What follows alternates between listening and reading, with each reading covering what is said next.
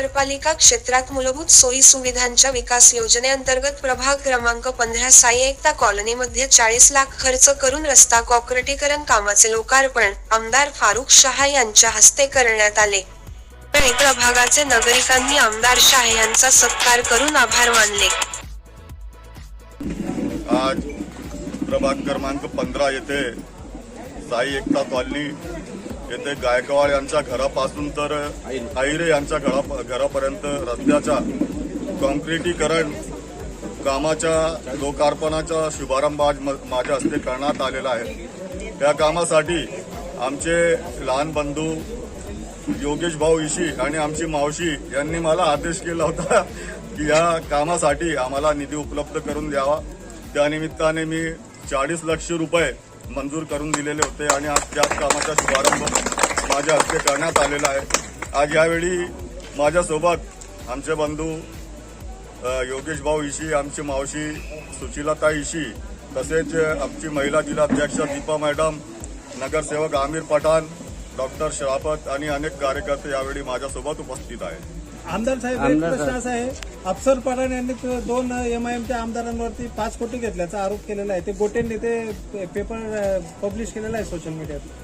तो अफसर पठाण तो नाच्या आहे, नाच्या आपला औरंगाबादचा आहे तो. आणि आता मागच्या वेळेस लोकसभेच्या वेळेस त्यांनी आमचे जे खासदार इम्तियाज जलील आहे त्यांच्या विरुद्ध उमेदवारी केली होती आणि त्याची डिपॉझिट पण जप्त झालेली आहे आणि त्याचे 2 नंबरचे धंदे आहे आणि ते कोणावरही आरोप करतो. त्याचं म्हणणं असं आहे, मी परवा ती व्हिडिओ बघितली, त्यांनी सांगितलेलं आहे की हॉटेल ओबरायमध्ये 11 तारखेला ते आमदार लोक गेले होते. मी आपल्याला सांगू इच्छितो की त्या हॉटेल ओबरायचे कॅमेरे वगैरे चेक करून घ्या तुम्ही. जर मी आणि माझ्या जे सहयोगी आहे, सहकारी आमदार आहे, आम्ही तिथे जर गेलो असलो तर आमच्यावर कारवाई करावी, नाहीतर हे जे नाच्या जे खोटं बोलत आहे त्याच्यावर कायदेशीर कारवाई करण्यात यावी असे मी आवाहन करतो. सर, तुम्ही विविध विकास कामासंदर्भात जसं योगेश भाऊ अनेक नगरसेवकांना निधी देतात, परंतु योगेश भाऊच्याच प्रभागामध्ये अनेक रस्ते शंकर खराद्यांच्या घरापासून किंवा दर्गाचा जो रस्ता झालाय तिथून ते डीपी रस्ता हे काम निधीतून केल्या जातात, परंतु त्या रस्त्याची निकृष्ट अशा पद्धतीने काम होतं.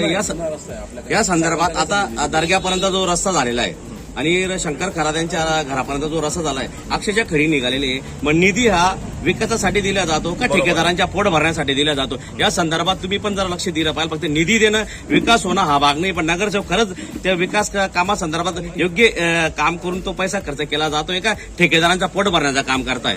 बरोबर आहे. आता कसं झालेलं आहे की माझे एवढे काम आहे, संपूर्ण शहरात चौफेर मी काम करतोय आणि आत्ताच्या घडीत माझे किमान 50 काम सुरू आहे आणि प्रत्येक कामावर मी लक्ष देऊ शकत नाही.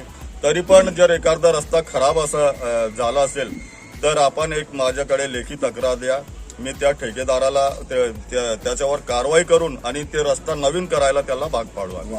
दुसरा मुद्दा असा आहे सर की दलित वस्ती सुधार योजनेअंतर्गत निधी दिला जातो, हे प्रतिनिधी पण आहेत, पण आमच्याकडे गुरुकुल विद्यालय पारारेवांच्या घरापासून तर मोतीनालापर्यंतचा रस्ता आजपर्यंत केलेला नाहीये. हा दलित वस्तीचा निधी जातो कुठं? मग या संदर्भात पण यांनी उत्तर द्यावे ना. फक्त दलित वस्तीतून निवडून येतात, त्यांचा विकास होत नाही, याला काही अर्थ नाही. किंवा मग कमीत कमी तुमच्या निधीतून तो रस्ते आणि गटारी तरी करून द्या.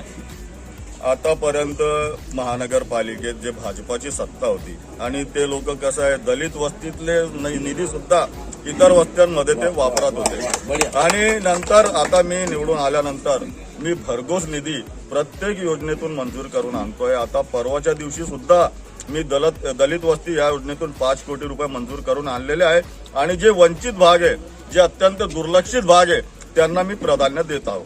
आणि आपली काही मागणी असेल तर माझ्याकडे आपण एक लेखी अर्ज द्या, तुमचा पण रस्ता मी मंजूर करतो. आणि सर मुद्दा असा आहे की हे जे लोक त्यांच्या विरोधात दलितांनीच आंदोलन केलं होतं धुळ्या शहरात की हे दलितांच्या नावाने निवडून येतात पण विकास निधी दुसऱ्या वार्डात वापरण्यात येतात. त्या संदर्भात तुम्ही काळजी देऊन की तो निधी त्या कामात जर वापरला तर त्या दलित समाजाचा आणि त्या लोकांचा विकास होईल आणि भविष्यात तुम्हाला विधानसभेला त्यांचा मतदान कव्हर करण्यासाठी संधी मिळेल. या संदर्भात पण काळजी घेतली पाहिजे. परवाच्या दिवशी मी आयुक्तांना बोलावलेलं आहे आणि आता भरपूर जे आता समस्या आहे शहरातील त्या विषयांवर आम्ही चर्चा करणार आहोत. आता हा मुद्दा पण तुमचा आम्ही चर्चेला घेऊ आणि जे काही मार्ग काढता येईल ते आम्ही नक्कीच काढू. आता नकाण्यात पण भरपूर पाणी आहे. आणि शहरवासियांना 1 दिवसाआड किंवा 2 दिवसाआड पाणी पुरवठा कशा करता येईल याच्यावर आम्ही विचारविनिमय करणार आहोत.